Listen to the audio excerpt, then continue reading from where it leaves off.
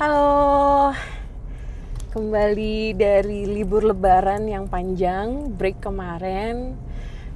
Ada banyak banget yang sebenarnya mau aku obrolin gitu ya. Tapi hari ini aku lagi mau share tentang albumnya Taylor Swift yang baru aja dirilis gitu ya. Dan Shaking the World gitu di tanggal 19 April yang lalu gitu.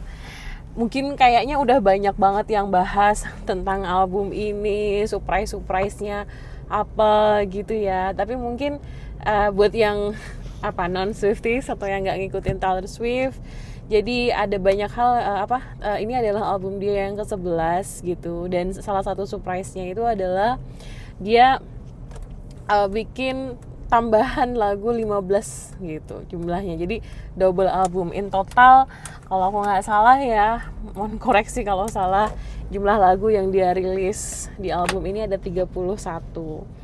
Dan yang aku suka, ini banyak banget sih bahasnya, tapi yang aku suka adalah judulnya itu mengingatkanku sama film favoritku banget yang menjadi salah satu inspirasiku untuk jadi dosen sebenarnya.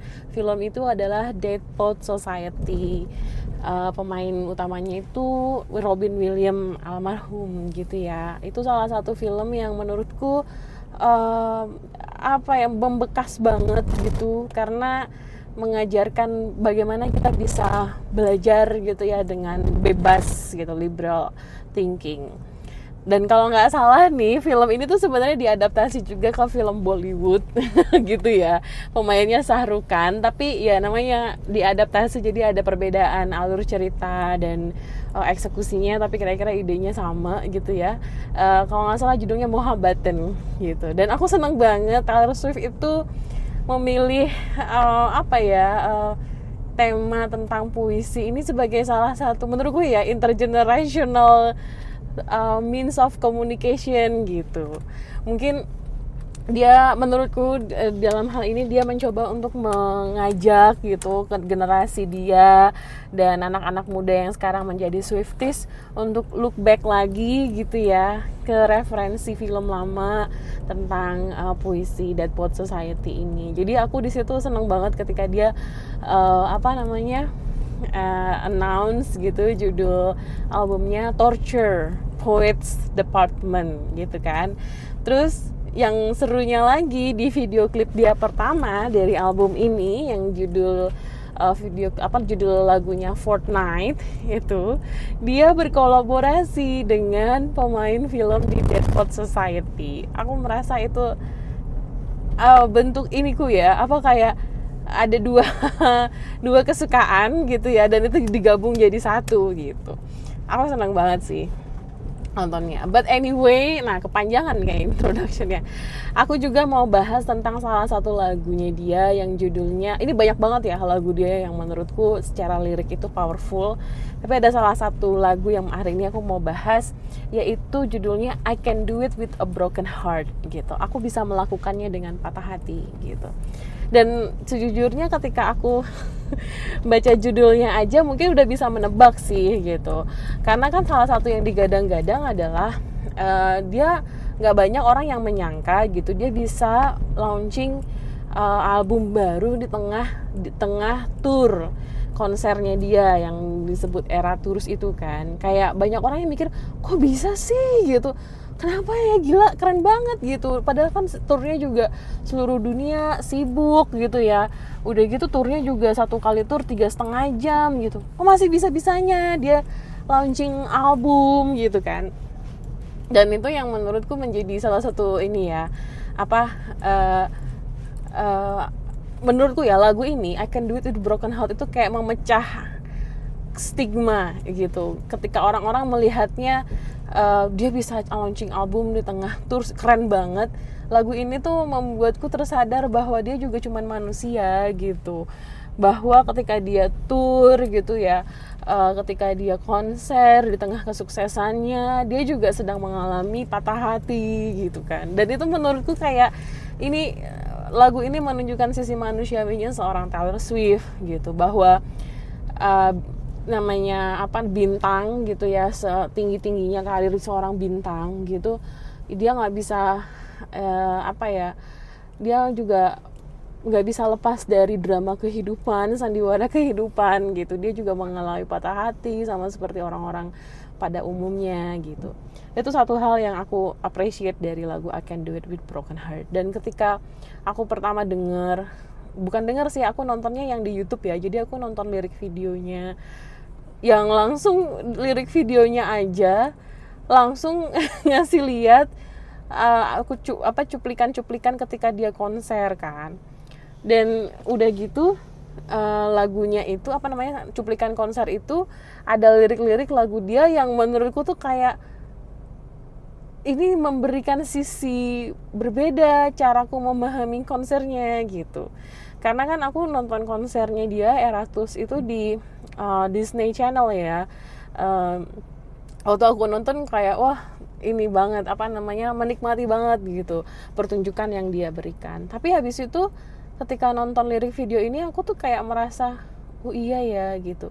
Ini seolah-olah Taylor Swift tuh kayak lagi curhat sama semua orang, ini loh dibalik apa namanya kesuksesanku, konser-konser yang aku rasakan ya, aku juga liriknya tuh kayak aku juga menangis, aku juga ada pikiran untuk bunuh diri gitu-gitu kalau nggak salah. Aku nggak begitu hafal liriknya ya. Nah, dan menurutku lagu ini tuh juga apa ya, memberikan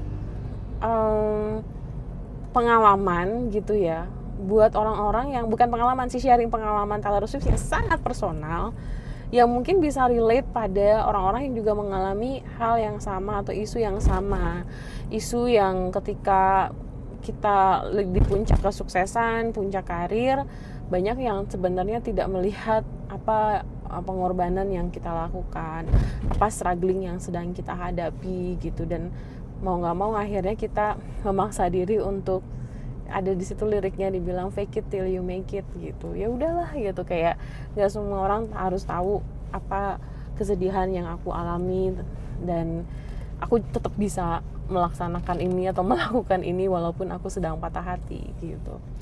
Nah, ada dua baris lirik yang aku appreciate, yang aku ini quotable banget menurutku ya, dan menurutku ini relate juga gitu dengan apa ya, ketika aku lagi down gitu, lagi ngerasa sedih, lagi struggling, nggak ada yang paham, menurutku lirik ini bisa menjadi mantra yang membantu untuk ya mudah-mudahan bisa bangkit gitulah ya. Apa itu liriknya?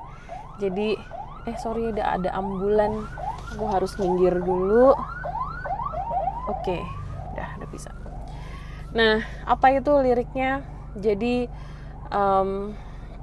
di situ di lagu I Can Do It With Broken Heart ini aku suka liriknya itu adalah dia bilang gini, I cry a lot but I am so productive, that's an art. Itu baris itu menurutku kayak wow gitu, dan itu very relate. Kita kan sebagai manusia pasti sering banget mengalami berbagai emosi ya, sedih, marah, senang gitu, terharu.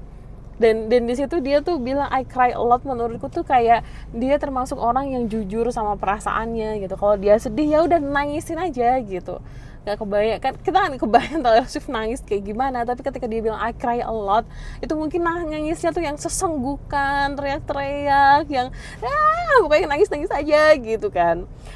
Terus tapi kalimat berikutnya adalah I cry a lot but I am so productive. Kebayang tuh ya, kayak dia nangis kenceng tapi habis itu oke, gimana caranya coping, udah bawa ke kerjaan aja, aku bisa bikin apa nih gitu dari emosi ini. Dan kebetulan emang dia bukan kebetulan sih, dan untungnya gitu profesinya dia itu sangat apa ya, profesinya dia itu sebenarnya sangat diuntungkan dengan ekspresi emosi kan. Nah, ketika dia emosi, akhirnya dia mengeluarkan itu menjadi lagu gitu. But I'm so productive, that's an art gitu. Itu mengingatkanku juga sama quote dari Princess Leia gitu ya. di film Star Wars yang bilang take your broken heart and make it into art. Dan aku pikir ini setidaknya buatku ya, refleksiku adalah this is the source of power gitu ya. Source of power yang mungkin sering diproduksi oleh perempuan. Laki-laki mungkin banyak juga gitu ya yang memproduksi ini. Tapi menurutku yang very relate gitu dengan kalimat ini mungkin akan akan sangat relate pada perempuan. Atau sebenarnya pada siapapun yang sering mengalami kepedihan, kesedihan, yang sering menangis gitu ya. Menurutku ini sangat-sangat relate. Kenapa? Karena seringkali kan mungkin pandangan kita tentang power, kekuasaan itu adalah kalau dilihat dari emosi adalah berupa amarah, otoriter, tegas gitu. Pemimpin yang powerful tuh nggak bisa nangis gitu ya. Pemimpin yang powerful itu nggak boleh cengeng gitu. Nah, menurutku kalimat I cry a lot but I'm so productive, that's an art, itu menunjukkan kompleksitas manusia sih gitu, bahwa iya, aku cengeng gitu, aku suka nangis gitu, aku melampiaskan emosiku dengan nangis. Tapi bukan berarti abis itu aku menyerah, tapi justru sebaliknya, aku memilih untuk tetap produktif. Dan that's an art, dan itu seninya gitu. That's an art. Seni bagaimana kita sebagai manusia bisa mengelola, meregulasi emosi kita yang tadinya emosi yang sifatnya mungkin negatif, destruktif, kita ubah menjadi emosi yang sifatnya konstruktif. Dan itu source of power. Itu menurutku satu kalimat yang aku senang banget di lirik lagu ini. Sama yang kedua, dan dia ngasih semangat ini ke orang lain yang mendengarkan, termasuk aku dan kita juga. Yang kedua dia bilang abis itu I cry a lot but so productive. I cry a lot but so productive, that's an art. Abis itu dia bilang you know you can do it even with a broken heart gitu. Jadi kamu juga bisa loh gitu. Kamu juga bisa menghadapi apapun kesedihanmu sekarang gitu. Dan melakukan apapun walaupun hatimu masih terpatah-patah, masih masih sakit hati. Tapi kamu masih bisa loh melakukannya gitu. Itu sih yang aku appreciate dari lagu ini ya. Dan mungkin aku akan sering memakai quote ini gitu ya, karena menurutku ini salah satu lirik yang powerful. Oke, gitu dulu deh. Makasih ya udah mau dengerin.